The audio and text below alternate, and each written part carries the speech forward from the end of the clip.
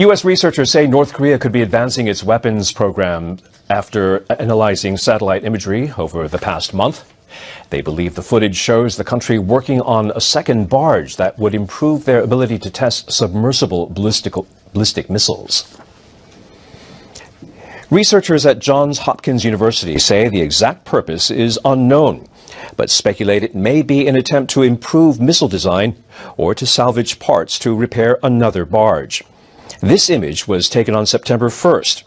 It's in the same location it was 5 months ago, but analysts say there appears to have been some construction.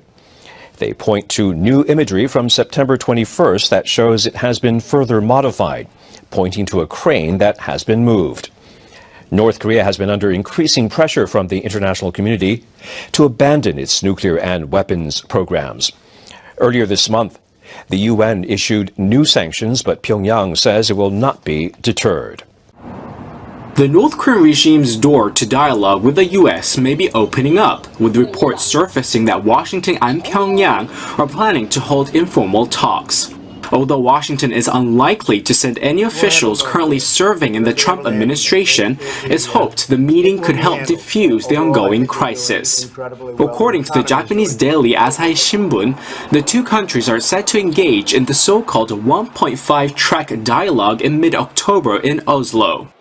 Citing sources familiar with the matter, Asahi reports that former U.S. government officials and experts on North Korean affairs will meet with a North Korean delegation that's likely to be headed by Choi Sun-hee. Choi Sun-hee, Pyongyang's North American bureau chief, arrived in Moscow earlier this week, seeking discussions with top Russian officials.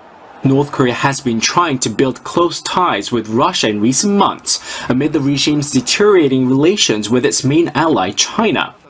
Meanwhile, China has ordered North Korean companies in the country to pull their shutters down within 120 days, in line with the UN Security Council's latest sanctions. The move is a blow for some 100 North Korean restaurants operating in China, which have already had difficulties in getting or renewing visas for their workers amid increased scrutiny from Beijing. This is also bad news for Kim Jong-un, as the restaurants and other businesses will not be able to generate millions of dollars in revenue that is sent back to Pyongyang. The international community has been stepping up pressure on North Korea to make it give up its nuclear ambitions, and calls have been growing for China to use its leverage as North Korea's closest ally and largest trading partner to rein in the regime. An EMP attack, they say, is an intense burst of electromagnetic radiation. It can be triggered by detonating a nuclear weapon at high altitude, a weapon that could be launched by a rogue nation or a terrorist group with access to it. Detonated low to the ground, atomic weapons have a devastating physical shock. But detonated miles up in the atmosphere, experts say, the main impact is electrical, energy that doesn't kill people but spreads like lightning, striking any electrical grid or circuitry, feeding into them, burning them out. Now, the Russian president has praised the deal to de-escalate fighting in Syria, saying that it has created de facto conditions to end the bloodshed in the war-torn country. Vladimir Putin speaking in a joint press conference with his Turkish counterpart Recep Tayyip Erdogan in Ankara. He said that Russia and Turkey had agreed to push for the creation of a de-escalation zone in Syria's northern province of Idlib to try to help end the conflict there. And for his turn, the Turkish president said the two sides were committed to a political solution for the conflict in Syria. He also criticized a secession vote in Iraq's Kurdistan region, saying, quote, that it has no legitimacy. Now, Erdogan added that the Kurdish regional government in northern Iraq must be prevented from making, quote, bigger mistakes. Joining us for more on this story out of Leesburg is Mr. Mike Billington from the Asia Desk of the Executive Intelligence Review. Hello, Mr. Billington, and thank you for joining us on the program, sir. Now, it seems that Moscow and Ankara have come a really long way since last year when the Turkish, the Turks shot down the Russian jet. Seemed like they're at an all-time low now. Seems that there's been an alliance forged in the last year. Your thoughts, please. Yes, Russia took a win-win approach to Turkey, just as the Chinese have in their whole Silk Road development project.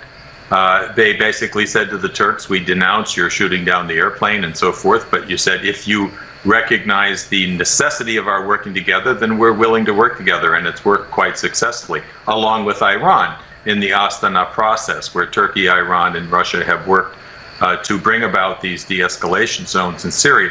But keep in mind, the U.S. has gone along with this. The key to this is that President Trump has worked with Russia, despite its public denunciations of Iran, its public differences with Turkey, and so forth. It's gone along with this because fundamentally Trump and Putin agreed that the primary problem is this terrorism operation, which Trump doesn't want to identify with the Saudis, which we all know are responsible for the fostering of these Sunni al-Qaeda terrorist networks and ISIS, but has in fact worked. His actual actions have been to work with Russia and potentially with China on these development projects. So this is extremely important. The question now is, will the U.S. forces, and they're conflicted, you know, there's confliction within the U.S. on how to approach these issues. Certainly Trump is under massive attack precisely because he wants to work with Russia and with China. That's why he's being subjected to what is effectively a coup d'etat attempt against him. But the question in Syria will be, will the U.S. allow the policy of these the Syrian democratic forces, the U.S.-backed forces that are now moving in on Raqqa and potentially around Deir ez-Zor, will they allow them to keep the territory that they liberate from ISIS, or will there come about an agreement where, in fact, the Syrian government is allowed to restore its sovereignty over Syria? Mr. Billington, that's the issue. I don't mean to cut you off, sorry. But, okay, just not too long ago, Ankara was pushing for the removal of Bashar al-Assad. They were, you know, supporting a lot of these militant groups on Syrian soil. So why the U-turn? Why move away? Why do you think Ankara moved away from the U.S. narrative and warmed up to Moscow? It's because of the brilliance of Putin's policy, like that of Xi Jinping, which is a win-win approach. It says, let's look at reality, folks. We can work together, or we can be manipulated by the British Empire and by the neocons in America into fighting each other. And they have moved towards collaboration to actually end the problem, which is the Saudi-funded terrorist operations, and to work together with the Silk Road on development. Because the key to the solution in the Middle East is the Silk Road. It's the development process, which is the only basis upon which peace can be established. You can't establish a political solution and then have development. Mr. Lyndon LaRouche has always insisted, and he's right, that you have to have the development policy as a basis for locating the common interests of the different nations involved in this. And if you get that development process going, like the Silk Road is happening, then you have a basis for making political solutions that can end these historic antagonisms which are manipulated by the British Empire and their satrapies. And you bring about a collaboration which can actually end this policy of perpetual warfare once and for all, and bring about a new paradigm for the world as a whole, which addresses the common aims of mankind. We're on the verge of this. We're very close to making this real. The fight over Syria, like the fight in Korea, if we solve these things through development, we have a potential of breaking the back of the British Empire once and for all, breaking the power of divide and conquer, and bringing nations together around their common interests. And I think we're on the verge of doing that. We have to make it achieved very quickly, because the danger is very real that the empire can bring about new wars. But I think what's happening in Syria is an example of the way in which the U.S. military and the Russian military are collaborating. They're not allowed to collaborate militarily because of the stupid laws in America that prevent that. But the wise people within the military and within the Trump circle who want to collaborate with Russia are doing what they call deconfliction. So the Russian-Turkey agreement to bring about deconfliction in Idlib clearly has the U.S. Support, and is the basis upon which, like the other deconfliction areas, we can actually end this civil war and bring about peace in Syria, which is a major, major blow to the entire Saudi-funded ISIS operation. Thanks for joining us and for your input, Mr. Mike Billington out of Leesburg from the Asia desk of the Executive Intelligence Review.